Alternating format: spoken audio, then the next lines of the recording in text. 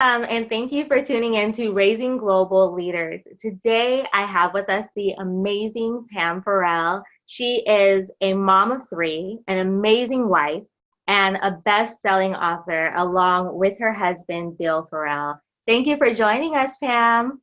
Oh, it's so nice to be here. I always love talking about leadership and raising people to be leaders, little ones to become leaders. Yes, and I love your book. I have your book here, The 10 Best Decisions Every Parent Can Make. And you have a quote from your book that says, "Make your home a safe place, not a show place."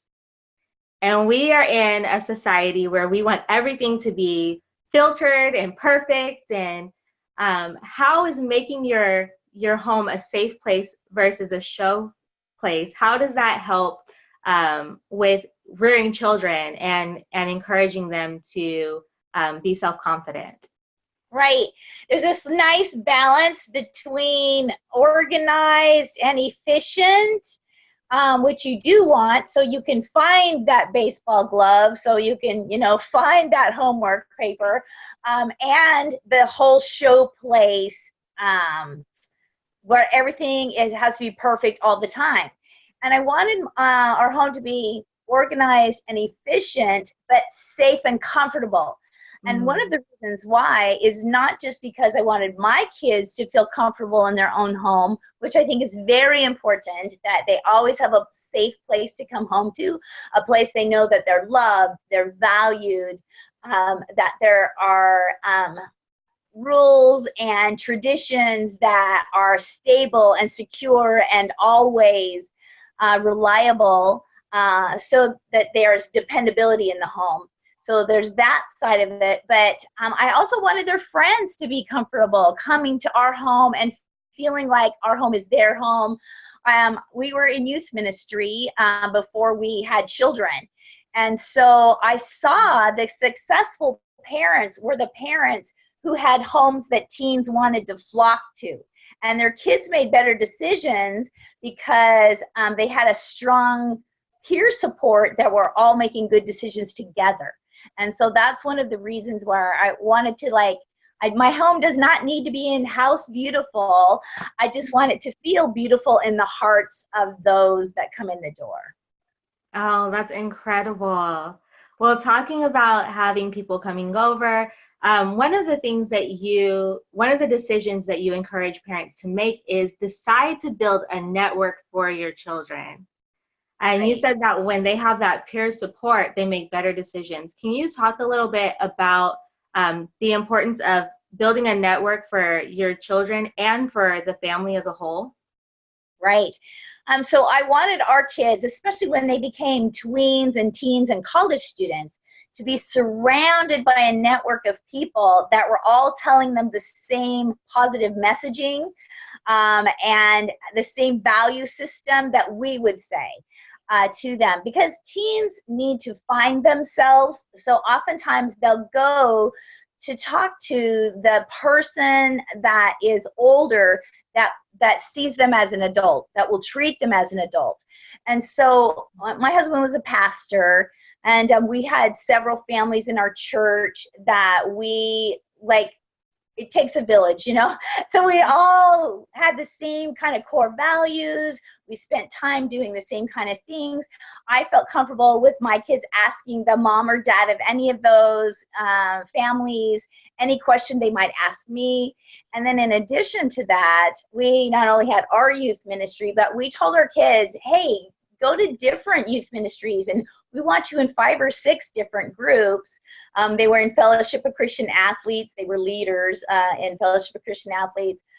They were involved in what was called Teen Impact, or Student Venture, which is a crew ministry for high school students. And then in college, they were in those 2, Fellowship of Christian Athletes and in crew in college as well. And then they had their several church youth groups that they would do things with, not only ours. That way, there always was somebody in their life making good choices. Because teens kind of come and go making good choices. And sometimes one peer circle will start like going south and you're like, what's going on there? But if they are plugged into several places, there's always somebody making a good choice for them to hang out with. Yeah. Yeah, that's very true. That's very, very true. So, in making good choices, and you've talked a lot about faith. Your book is faith-based, and you talk a lot about faith even in this interview.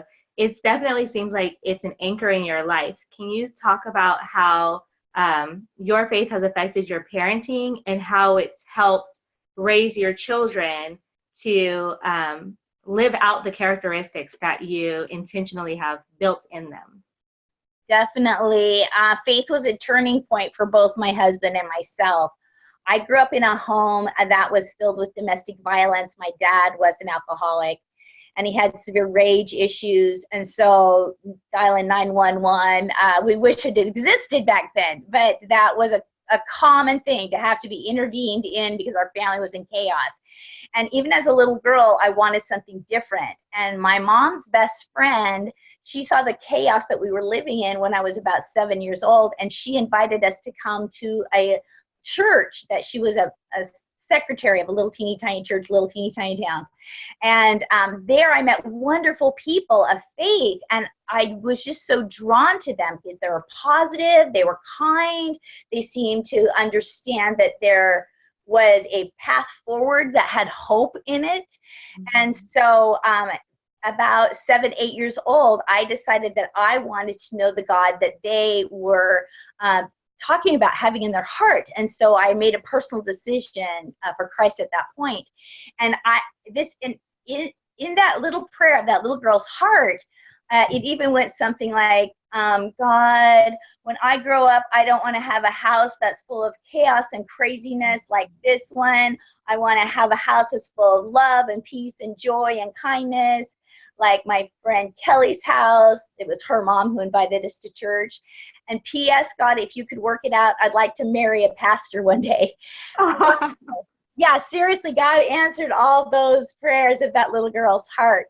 And I just saw that the more I poured into following the precepts of faith that were in the Bible, the stronger my confidence was as a teenager. My decision making got better. I instead of hanging out with loser guys, I was starting to choose better men like my husband. And then when we came together, he comes from the same kind of chaos. His mother's mentally ill, and so that fear ran that house. And so we both decided that a path of faith is what we wanted for our children, ourselves, our family. And you know what? The best thing about having that core value system is you have a good foundation to build a home on. In our world, oftentimes, values seem to come and go, and what's right, what's wrong. But these are a solid foundation to build a strong family on. Things like the golden rule. A lot of people throw around, treat others as you would like to be treated. Well, that comes from the Bible. And so it's little things like that people may not even know, like love one another as God loves you. Okay, so yeah, loving one another is a core value. It comes from the Bible. And so a lot of things that people cherish in society, they may not even know that they're biblically based. But for us, it's been a very strong, solid foundation to build on. That's awesome. And it's definitely paid off. One of the things that you talk about in your book is deciding to partner with God. And you have a story about Brock and him having a chance to really display integrity during a really tough football game. Can you share that story with us? It actually goes back to partnering with God in prayer starts even before they're even born. And so before Brock was born, we decided that we would choose his name like everybody does, but we always hook it to a biblical value.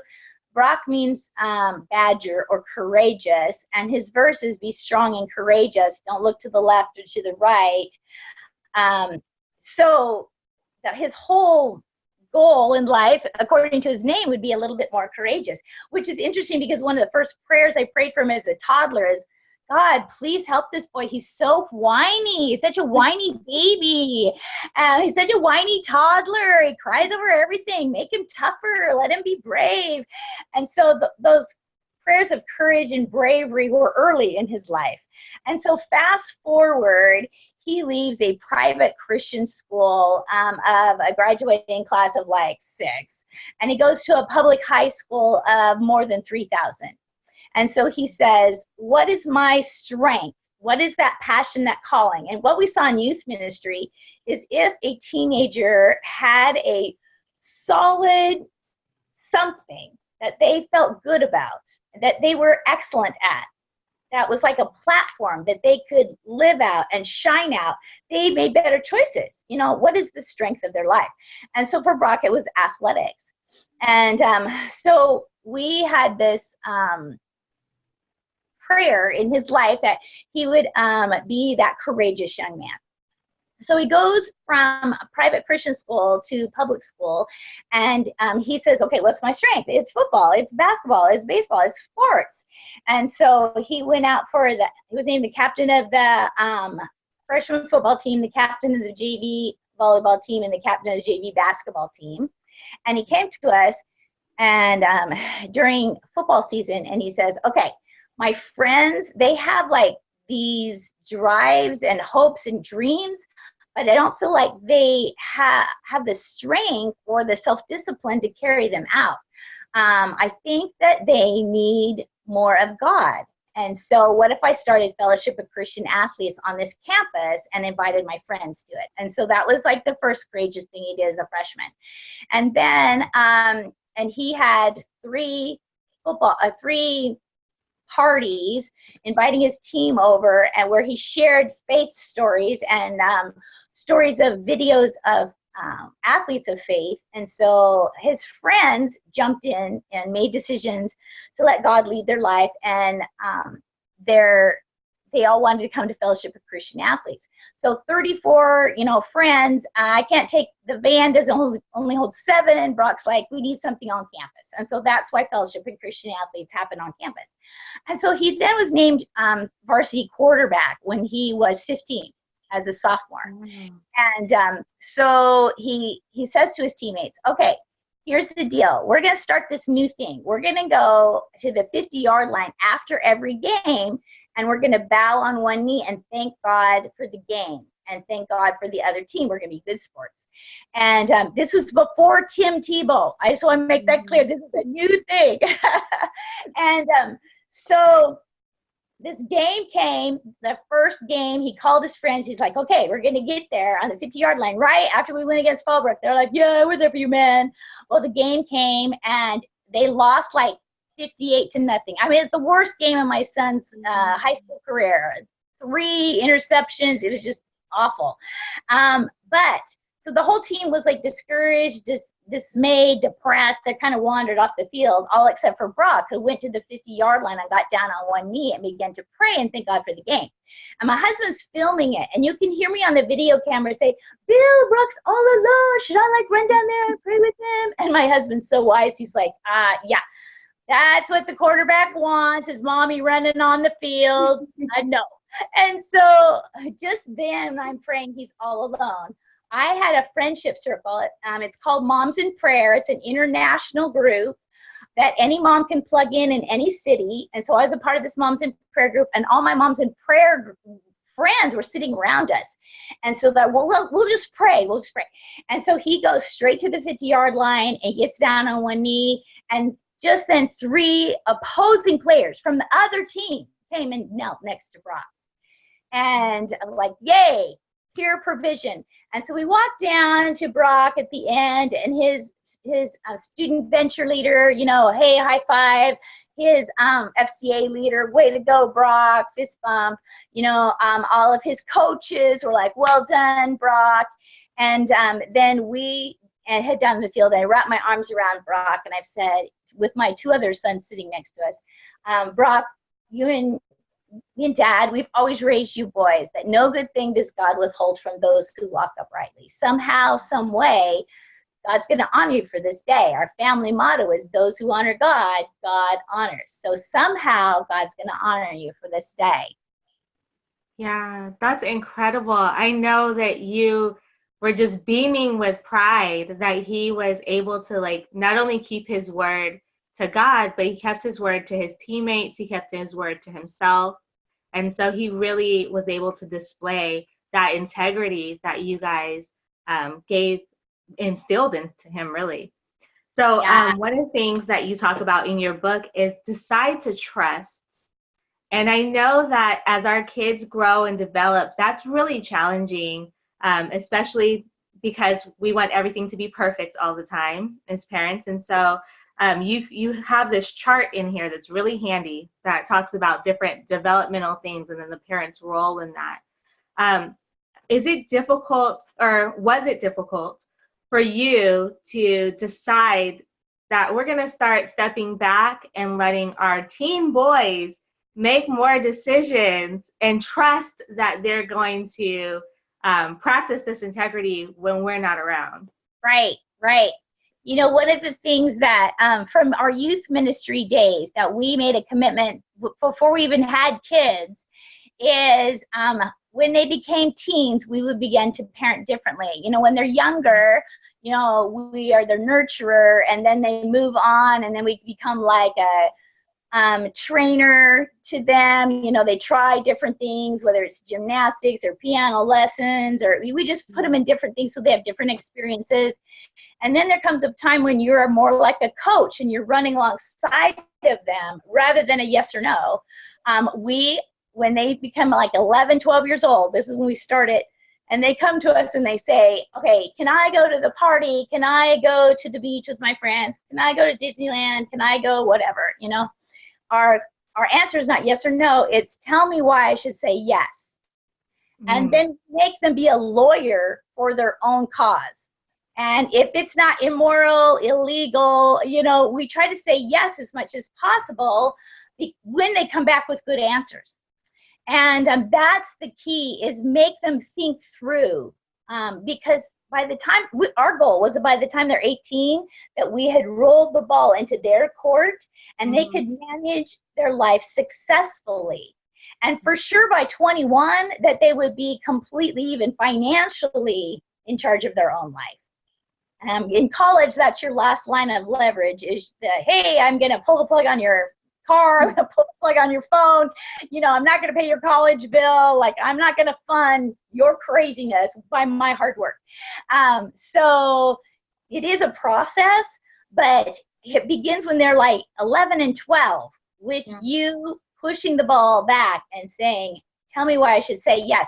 And we have like a couple funny stories with this. And the first one would be Brock, you know, and this football team, he's a freshman, and he comes to us and he says, my friend, he wants me to come to his house. Mom, you know, the mom, she's one of the football, like, support people that brings food. And so you've met her. There's not a dad in the house, but this is a good mom. And I'm like, okay, I'll call the mom and we'll make sure it's all kosher. Then Bill said, okay, what's the emergency plan? Like, you know, your friend is making good choices and their mom's making good choices. What if somebody shows up and they're not making good choices? And Brock's like, I guess we would call, and then we would just bring the sleep. It was like a game party. We just bring it to our house. And Bill's like, okay, I live with that. So they get there and everything's going fine. And then the varsity players show up with alcohol. And mom is a little bit intimidated. And so instead of mom being the mom and stepping up and like, I'm calling the police, you get out of my house, she's like, get them out of my house, to her son, who's like a freshman, and it's not working. And so Brock tries to intervene. He's like, you guys, it's not your house. And they're not listening to him. And so he calls Bill. He's like, hey, can you come over and get us all? Can we come to your house? And Dad, will you deal with these people? And so Dad's on his way over, and a friend who is a senior shows up, and he's from a good home, good family, you know, 5 boys who make good choices.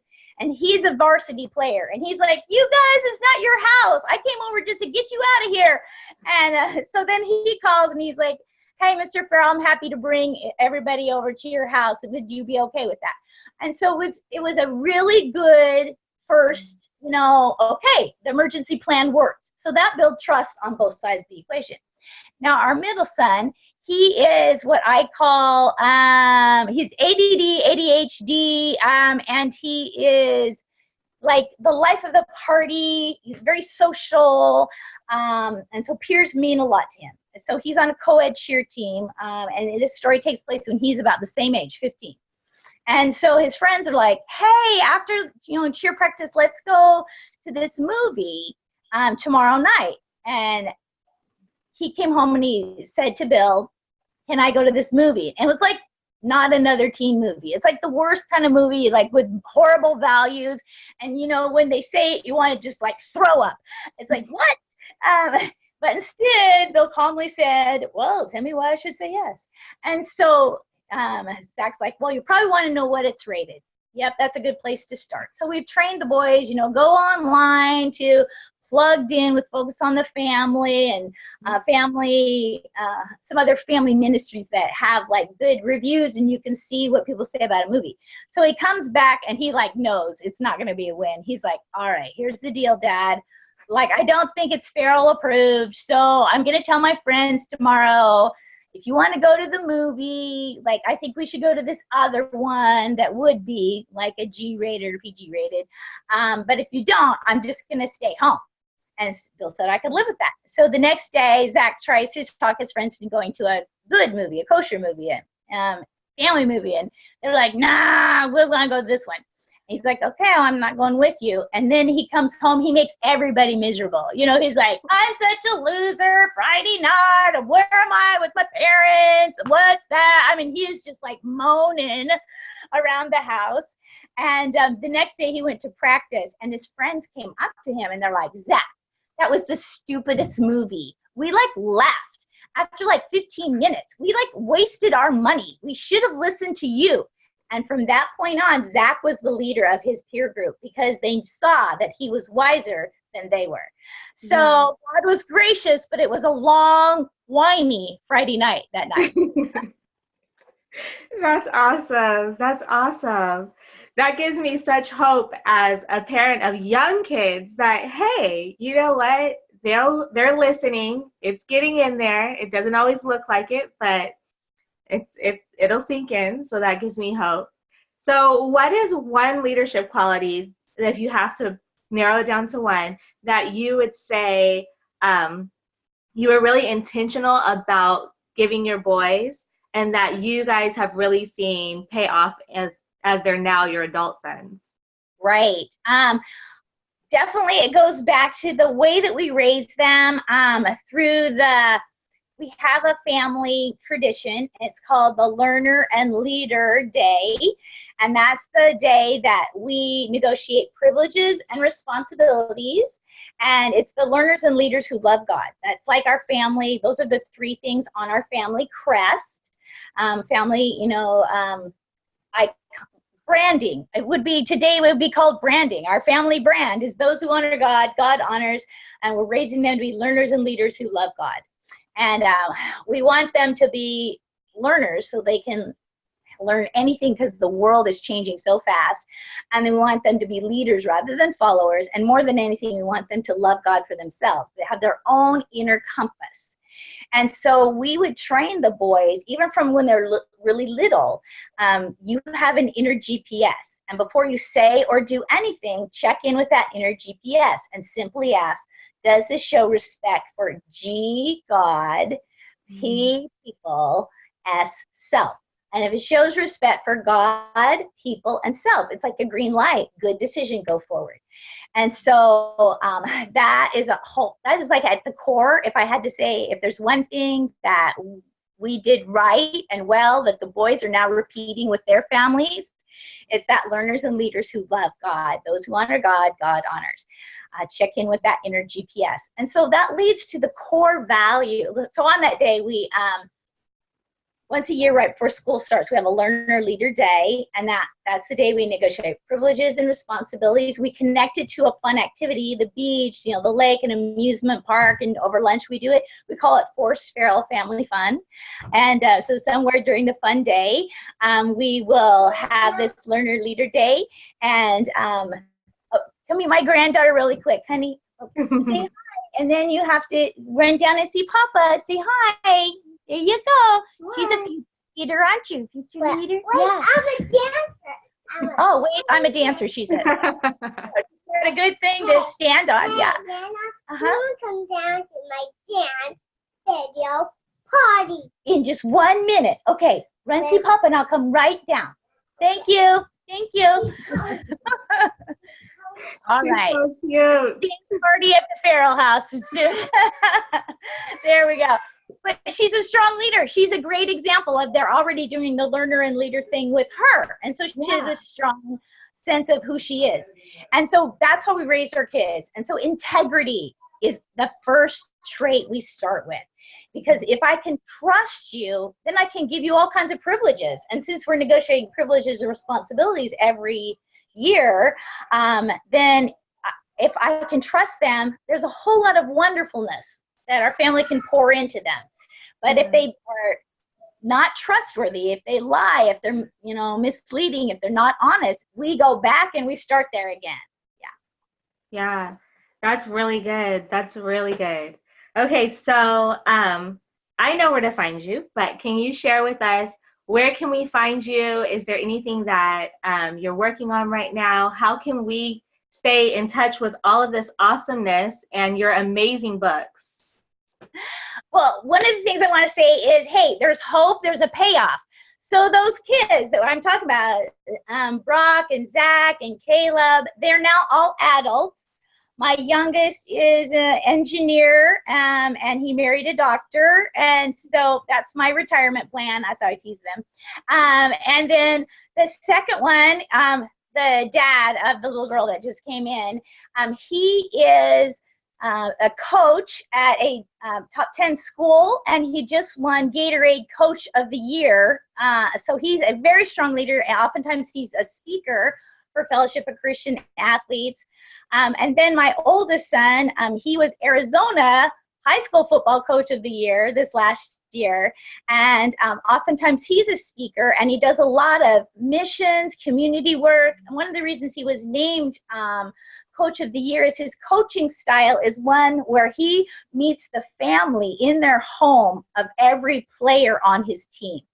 So he knows that kid well. So he can coach that kid in a way that builds him up to become a leader. So he holds optional leadership classes with his high school students all year long. And oftentimes over 100 young men will come to these optional leadership classes. So all that to say, like, there's a payoff. I had 3 rowdy boys that I raised, but now I have these precious, wonderful, good-hearted, amazingly accomplished daughter-in-laws, and these precious grandkids that we are able to pour into their lives. And it's just so wonderful when your kids are good parents. You can just have the fun of grandparenting. You don't have to do the discipline. So there we go. That's the hope out there. And if you want to connect to the Farrels and all the Farrels hope to do for people, and that is help them live love-wise, that's how you find us. Our ministry, we like to say we park at the corner of God's love and God's wisdom. And so it's love-wise.com, and that's where you'll find us and our books and our podcasts and videos and all kinds of things to make your family strong, to help your kids to become leaders, all that God designed them to be, reach their full potential.